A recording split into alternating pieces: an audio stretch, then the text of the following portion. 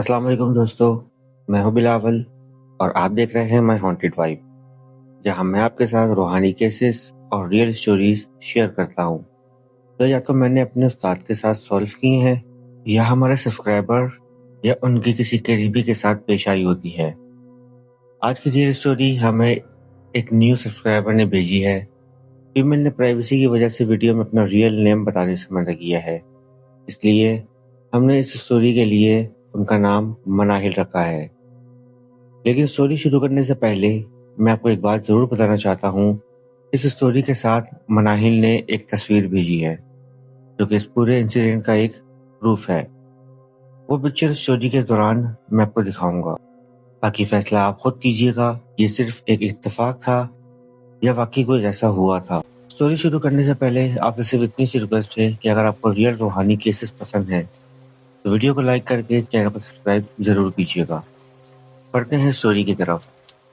مناہل کہتی ہیں، بلاول بھائی، یہ سب بتانے سے پہلے میں صرف اتنا کہنا چاہتی ہوں کہ میں شروع سے ان چیزوں پر یقین نہیں کرتی تھی۔ اگر یہ واقعات میری اپنی زندگی میں نہ ہوتے تو شاید میں کبھی یقین بھی نہ کرتی۔ یہ سب ہمارے ساتھ کراچی کے علاقے گلشن حدید میں پیش آیا، اور آج بھی میں اس وقت کو یاد کرتی ہوں تو میری روح کانپ اٹھتی ہے۔ ہم ایک بہت ہی سیدھی سادی اور مڈل کلاس فیملی سے ہیں۔ میرے 2 بھائی ہیں۔ بڑے بھائی ایک پرائیویٹ کمپنی میں جاب کرتے ہیں۔ میں اور میرا دوسرا بھائی ہم ٹوئنس ہیں۔ ہم دونوں اس وقت کالج میں پڑھتے تھے۔ میری مدر ہاؤس وائف ہیں اور میرے فادر گورنمنٹ سروس سے ریٹائرمنٹ لے چکے ہیں۔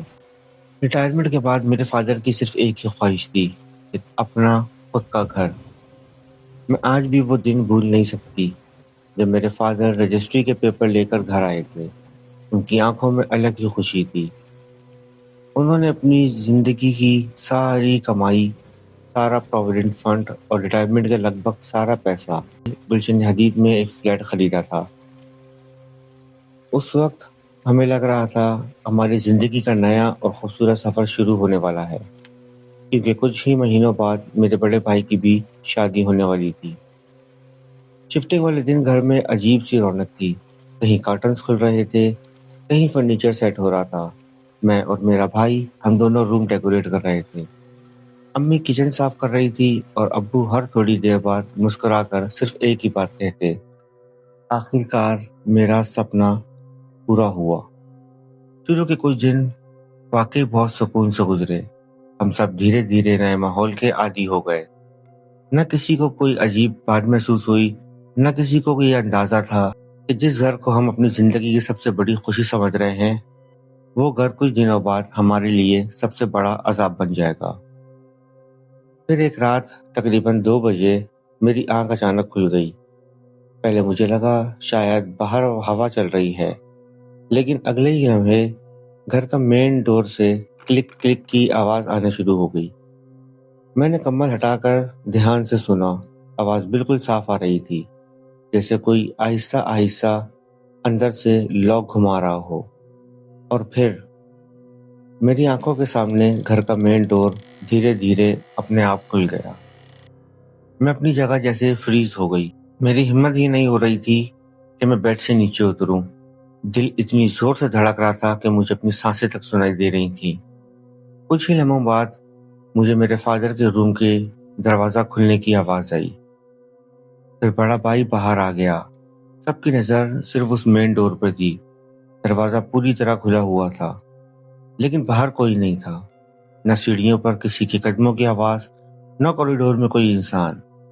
میرے فادر فوراً باہر نکلے اور پورا فلور دیکھا، لیکن وہاں بالکل سناٹا تھا۔ واپس آ کر انہوں نے صرف اتنا کہا، شاید لاک ٹھیک سے بند نہیں ہوا ہوگا، صبح دیکھ لیں گے۔ ہم سب نے بھی خود کو تسلی دے دی۔ لیکن اس رات کے بعد گھر کا ماحول پہلے جیسا نہیں رہا۔ پتہ نہیں کیوں ہر وقت ایسا لگتا جیسے ہمیں کوئی دیکھ رہا ہو، کوئی ایسا جو نظر نہیں آ رہا تھا۔ 2 دن تک سب کچھ ٹھیک رہا۔ پھر تیسری رات تقریباً 1 بجے ڈرائنگ روم کی کھڑکی کے پردے اچانک اتنی زور سے ہلے جیسے باہر سے کوئی انہیں پوری طاقت سے ہلا رہا ہو۔ میرے فادر فوراً اٹھ کر کھڑکی تک گئے۔ پردہ ہٹا کر باہر دیکھا، لیکن باہر بالکل ہوا نہیں چل رہی تھی۔ درختوں کے پتے تک اپنی جگہ تھے، مگر کچھ سیکنڈ پہلے جو پردے زور زور سے ہل رہے تھے اب بالکل خاموش تھے۔ اس رات کسی کی آنکھ ٹھیک سے نہیں لگی۔ صبح بڑا بھائی اپنی جاب پر چلے گئے، میں اور میرا بھائی کالج، لیکن پتہ نہیں کیوں پورا دن میرے ذہن میں صرف وہی منظر گھوم رہا تھا۔ اسی رات میرے ساتھ پہلی بار کچھ ایسا ہوا جس نے مجھے اندر تک ہلا دیا۔ میں سو رہی تھی کہ اچانک میری آنکھ کسی عجیب سی آواز سے کھل گئی۔ آواز بالکل میرے بیڈ کے نیچے سے آ رہی تھی۔ ایسا لگ رہا تھا جیسے کوئی اپنے ناخنوں سے فلور کو دھیرے دھیرے کھرچ رہا ہو۔ میں نے ہمت کر کے بیڈ کے نیچے جھانکنے کا سوچا، لیکن میری ہمت جواب دے گئی۔ میں صرف کمبل مضبوطی سے پکڑ کر لیٹی رہی اور دل ہی دل میں دعا کرتی رہی کہ کسی طرح صبح ہو جائے۔ صبح میرے فادر نے روم چیک کیا، بیڈ اٹھایا، اسٹور بھی دیکھا، لیکن نہ کوئی جانور ملا، نہ کوئی نشان، نہ کسی چیز کا ثبوت۔ ہم سب نے پھر اس بات کو نظر انداز کر دیا، لیکن اسی شام ایک ایسا واقعہ ہوا جس نے ہمیں پہلی بار مجبور کر دیا کہ ہم مان لیں کہ اس گھر میں کچھ تو ایسا ہے جو بالکل نارمل نہیں ہے۔ بلاول بھائی اس شام میں روز کی طرح ڈرائنگ روم صاف کر رہی تھی کہ اچانک میری نظر سامنے والی دیوار پر پڑی۔ مجھے لگا جیسے کسی بچے نے پینسل سے کچھ لکھا ہو۔ میں دھیرے دھیرے قریب گئی اور میری سانسیں جیسے رک گئیں۔ دیوار پر دھندلے دھندلے الفاظ ابھر رہے تھے، جیسے کوئی انہیں ہماری آنکھوں کے سامنے لکھ رہا ہو۔ یہ گھر ہمارا ہے، یہاں سے چلے جاؤ، نہیں تو انجام بہت برا ہوگا۔ میں اتنی زور سے چیخی کہ پورا گھر ڈرائنگ روم میں آ گیا، لیکن جب سب نے دیوار کی طرف دیکھا تو کسی کو اندازہ نہیں تھا کہ یہ صرف شروعات تھی۔ میرے فادر فوراً دیوار کے پاس گئے، انہوں نے ہاتھ پھیر کر دیکھا، پھر گیلے کپڑے سے جگہ کو صاف کرنے لگے۔ لیکن عجیب بات یہ تھی، جتنی دیر ہم اس لکھائی کو دیکھتے رہے وہ دھیرے دھیرے پھیکی پڑ گئی، اور چند لمحوں بعد جیسے وہاں کچھ لکھا ہی نہ ہو۔ مناہل کہتی ہیں بلاول بھائی اس وقت ہم سب اتنے ڈرے ہوئے تھے کہ کسی کو سمجھ ہی نہیں آ رہا تھا آخر یہ سب ہو کیا رہا ہے۔ اب گھر میں کسی کے پاس کوئی جواب نہیں تھا، سب ایک دوسرے کی طرف دیکھ رہے تھے، لیکن کوئی کچھ کہہ نہیں رہا تھا۔ اسی رات پہلی بار میرے فادر نے کہا، آج سے کوئی گھر میں اکیلا نہیں سوئے گا۔ شاید انہیں اس بات کا اندازہ ہو چکا تھا کہ گھر میں کیا چل رہا ہے۔ ہم سب ڈرائنگ روم میں ہی بستر بچھا کر سو گئے۔ قرآن کی تلاوت چل رہی تھی، لیکن اس رات بھی کسی کی آنکھ ٹھیک طرح سے نہیں لگی۔ اگلی صبح میرا ٹوئن بھائی بالکل خاموش اور کچھ ڈرا ڈرا سا لگ رہا تھا۔ اس کے چہرے کا رنگ اڑا ہوا تھا۔ میری مدر نے پوچھا، کیا ہوا ہے بیٹا؟ طبیعت تو ٹھیک ہے؟ وہ کچھ لمحے خاموش رہا، پھر اس نے کہا، کل رات میرے ساتھ کچھ بہت برا ہوا۔ رات لائٹ آف تھی، میں سو رہا تھا، اچانک میری آنکھ کھل گئی اور مجھے محسوس ہوا جیسے کوئی بہت بھاری چیز میرے سینے پر بیٹھی ہوئی ہے۔ میں اٹھنا چاہتا تھا، لیکن میرا پورا جسم سن ہو چکا تھا، نہ ہاتھ ہل رہے تھے نہ پیر، میں صرف اپنی آنکھیں ہلا پا رہا تھا۔ میں آیت الکرسی پڑھنے کی کوشش کر رہا تھا، لیکن میری زبان سے ایک لفظ بھی نہیں نکل رہا تھا۔ میں زور زور سے امی ابو کو بلانا چاہتا تھا، لیکن میری آواز جیسے گلے میں ہی قید ہو گئی ہو۔ اور پھر میں نے محسوس کیا کہ میرے کان کے بالکل قریب کوئی دھیرے دھیرے سانس لے رہا ہے۔ یہ کہہ کر میرا بھائی خاموش ہو گیا، اس کی آنکھوں میں آنسو آ چکے تھے۔ سچ کہوں بلاول بھائی، اس دن پہلی بار میں نے اپنے بھائی کو ڈرا ہوا دیکھا۔ ہم سب نے اسے تسلی دی، لیکن اندر ہی اندر ہم ٹوٹ چکے تھے۔ اسی دن دوپہر امی کچن میں کھانا بنا رہی تھی کہ اچانک ان کی زور سے چیخ نکلی۔ ہم سب بھاگتے ہوئے کچن کی طرف دوڑے۔ میری مدر کا چہرہ سفید پڑ چکا تھا، وہ کانپتے ہوئے صرف گیس کی طرف اشارہ کر رہی تھی۔ انہوں نے کہا، میں نے گیس کو ہاتھ بھی نہیں لگایا، لیکن یہ خود آن ہو گیا۔ ابھی ہم سب اس بات کو سمجھنے کی کوشش ہی کر رہے تھے کہ باتھ روم کی طرف سے پانی کی چلنے کی آواز آنے لگی۔ میرے فادر فوراً باتھ روم کی طرف گئے۔ نل کا پوری طرح کھلا ہوا تھا اور دیوار پر سرخ رنگ کا عجیب سا نشان بنا ہوا تھا۔ ابو نے فوراً پانی ڈال کر نشان کو صاف کر دیا، لیکن اس بار کسی نے یہ نہیں کہا کہ یہ صرف اتفاق تھا۔ اسی رات میں اپنا کالج اسائنمنٹ کمپلیٹ کر رہی تھی۔ پورے گھر میں سناٹا تھا، صرف ٹیبل لیمپ کی ہلکی سی روشنی میرے روم میں تھی۔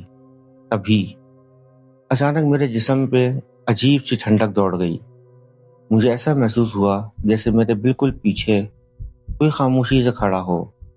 میری ہمت نہیں ہو رہی تھی کہ میں پیچھے مڑ کر دیکھوں، لیکن اس وقت مجھے یہ اندازہ نہیں تھا کہ اگلے چند سیکنڈ میں وہ چیز دیکھنے والی ہوں جو آج تک میری نیند اڑا دیتی ہے۔ منائل نے بتایا، بلاول بھائی، میری ہمت نہیں ہو رہی تھی کہ میں پیچھے مڑ کر دیکھوں۔ میں نے دھیرے سے سامنے رکھے شیشے کی طرف دیکھا اور اسی لمحے مجھے ایسا لگا جیسے میری سانسیں رک گئیں۔ شیشے میں میرے بالکل پیچھے ایک عورت کی دھندلی سی پرچھائی کھڑی تھی۔ اس کے لمبے بال اس کا آدھا چہرہ چھپائے ہوئے تھے۔ وہ بالکل بے حرکت کھڑی مجھے ہی دیکھ رہی تھی۔ اس کے چہرے پر کوئی احساس نہیں تھا، نہ اس نے کوئی حرکت کی۔ میں ڈر کے مارے پلٹنے ہی والی تھی کہ میرے کان کے بالکل قریب ایک دھیمی سی آواز سنائی دی، تمہیں یہاں نہیں رہنا چاہیے۔ میں اتنی زور سے چیخی کہ پورے گھر والے میری کمرے کی طرف بھاگے۔ امی نے مجھے گلے سے لگایا، لیکن میں اتنا گھبرا چکی تھی کہ کچھ منٹ تک لفظ بھی نہیں بول پائی۔ اس رات کے بعد ہمارے گھر میں روز کوئی نہ کوئی عجیب واقعات ہونے لگے۔ کبھی ڈرائنگ روم کی چیزیں اپنی جگہ سے خود نیچے گر جاتی، کبھی رات کے سناٹے میں دیوار کے اندر سے آہستہ آہستہ کسی چیز کی آوازیں آتی، جیسے کوئی اندر سے زور لگا کر باہر نکلنا چاہتا ہو، اور کبھی کوریڈور میں قدموں کی ہلکی ہلکی آہٹ سنائی دیتی، لیکن جب دیکھتے تو وہاں کوئی نہ ہوتا۔ اب ہماری زندگی کا ہر دن خوف کے سائے میں گزرتا رہا۔ نہ چین سے سو سکتے تھے، نہ گھر میں سکون بچا تھا۔ اسی بے چینی اور بے بسی کے درمیان ایک دن ہمارے پڑوس میں رہنے والی ایک بزرگ خالہ ہمارے پاس آئیں۔ انہوں نے بہت دیر تک خاموشی سے ہماری باتیں سنی، پھر دھیرے سے کہا، کیا تم لوگوں کو کسی نے اس فلیٹ کے بارے میں کچھ بتایا نہیں تھا؟ ہم سب ایک دوسرے کی طرف دیکھنے لگے اور صرف نہیں میں سر ہلا دیا۔ بزرگ خالہ نے گہری سانس لی اور جو بات انہوں نے بتائی اس نے ہمارے ہوش اڑا دیے۔ تقریباً 11 سال پہلے اس فلیٹ میں ایک چھوٹی فیملی رہتی تھی، ہسبینڈ، وائف اور ان کی ایک چھوٹی بیٹی۔ ایک رات تینوں کا قتل اسی گھر کے اندر ہوا۔ پولیس آئی، انویسٹیگیشن بھی ہوئی، لیکن اصل قاتل کبھی پکڑا نہیں گیا۔ اس واقعے کے بعد یہ فلیٹ کافی عرصے تک بند رہا، اور پھر جو بھی یہاں رہنے آیا زیادہ دن ٹک نہ سکا۔ کوئی کچھ مہینے بعد چلا گیا اور کوئی بنا کسی کو وجہ بتائے راتوں رات گھر خالی کر کے چلا گیا۔ یہ سب سن کر مجھے ایسا لگا جیسے میرے پاؤں کے نیچے سے زمین نکل گئی۔ میں نے اپنے فادر کی طرف دیکھا، ان کی آنکھوں میں پہلی بار بے بسی نظر آ رہی تھی۔ انہوں نے اپنی پوری زندگی کی کمائی، اپنے ریٹائرمنٹ کا ہر پیسہ اس فلیٹ پر لگا دیا۔ بلاول بھائی، گھر چھوڑ دینا ہمارے لیے آسان نہیں تھا۔ اگر ہم یہاں سے چلے جاتے تو ہمارے پاس رہنے کے لیے کوئی جگہ بھی نہیں تھی۔ لیکن اب ایک بات بالکل صاف تھی، ہماری سمجھ سے یہ معاملہ بہت آگے نکل گیا تھا۔ اسی رات میرے فادر نے ایک ڈیسیژن لیا کہ وہ اپنے ایک قریبی ریلیٹو کو بلوائیں گے جو کافی عرصے سے روحانی معاملات میں لوگوں کی رہنمائی کر رہے ہیں۔ ہمیں بالکل اندازہ نہیں تھا کہ ان کے اس گھر میں قدم رکھتے ہی اگلے چند گھنٹوں میں ہمارے ساتھ کچھ ایسا ہونے والا ہے جسے یاد کر کے آج بھی میری روح کانپ اٹھتی ہے۔ مناہل نے بتایا، اس رات میرے فادر نے فوراً اپنے اس قریبی ریلیٹو کو کال کی۔ فون پر میرے فادر نے صرف اتنا کہا، بھائی ہم بہت بڑی مصیبت میں ہیں، اگر ممکن ہو سکے تو کل صبح ہی آ جائیں۔ اگلی صبح وہ ہمارے گھر آئے۔ جیسے ہی انہوں نے فلیٹ کے اندر قدم رکھا، ان کا چہرہ ایک دم سنجیدہ ہو گیا۔ وہ کچھ لمحے خاموش کھڑے رہے، جیسے گھر کا ماحول محسوس کر رہے ہوں۔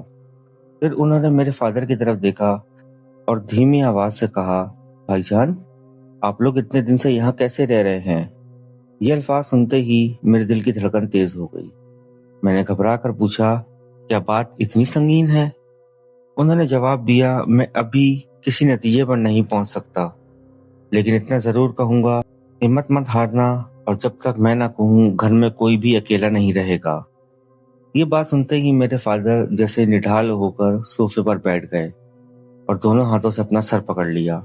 انہوں نے پہلے پورا فلیٹ دیکھا، ہر کمرے میں کچھ دیر رکے، کبھی دیوار کی طرف دیکھتے اور کبھی زمین کی طرف، لیکن پورا وقت ان کے چہرے پر سنجیدگی صاف نظر آ رہی تھی۔